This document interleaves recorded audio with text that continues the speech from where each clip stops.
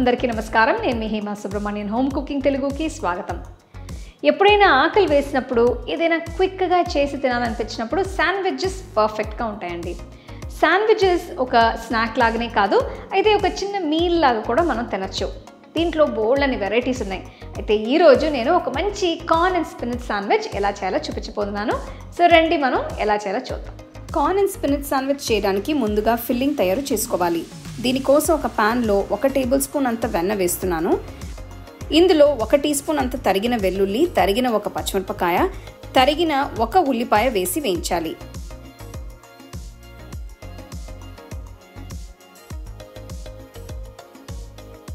ఇందులో 1/2 కప్ అంత ఉడికించిన స్వీట్ కార్న్ గింజలు కూడా వేసి కలపాలి.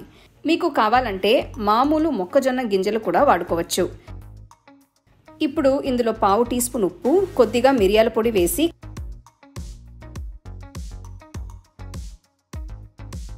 కనీసం 2 నిమిషాల పాటు వేయించాలి. ఆ తర్వాత ఇందులో నేను 1/2 కట్టంత పాలకూరని ఇలా చిన్నగా కట్ చేసి ఇందులో వేస్తున్నాను. ఇది కూడా బాగా కలిపి ఒక 2 నిమిషాలు వేయించిన తర్వాత ఇలా మెత్తగా అవుతుంది. ఇప్పుడు దీన్ని కాస్త సాసీగా చేయడానికి ముందు ఇందులో 1 టీ స్పూన్ మైదా పిండి వేసి మొత్తం బాగా కలపాలి.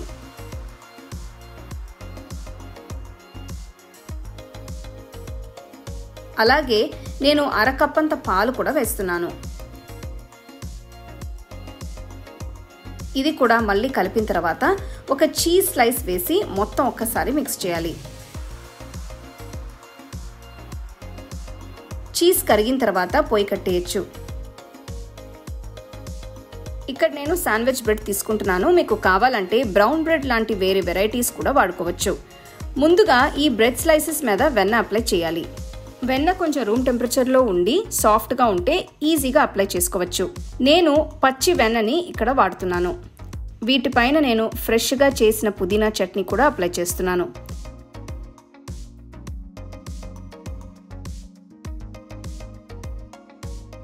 ఇప్పుడు ఒక బ్రెడ్ మీద మాత్రం 1 చీజ్ స్లైస్ పెట్టి దాని మీద 1 స్పూన్తో ఇలా ఫిల్లింగ్ పెట్టి మొత్తం సమంగా స్ప్రెడ్ చేయాలి. దీన్ని ఇంకొక బ్రెడ్ స్లైస్తో క్లోజ్ చేసి ఇలా లైట్గా ప్రెస్ చేయాలి.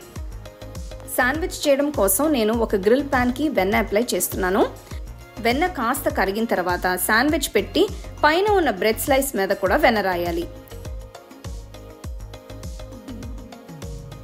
ఇది ఒకవైపు గోల్డెన్ బ్రౌన్ రంగులోకి మారిన తర్వాత రెండో వైపుకి తిప్పి కాల్చాలి.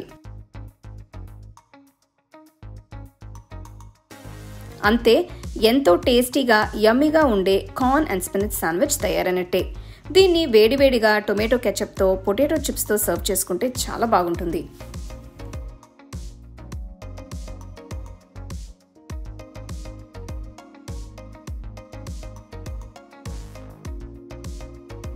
కార్న్ అండ్ స్పినచ్ శాండ్విచ్ని వేడివేడిగా చేసిన వెంటనే మీరు సర్వ్ చేస్తే అందరూ బాగా ఇష్టంగా తింటారు.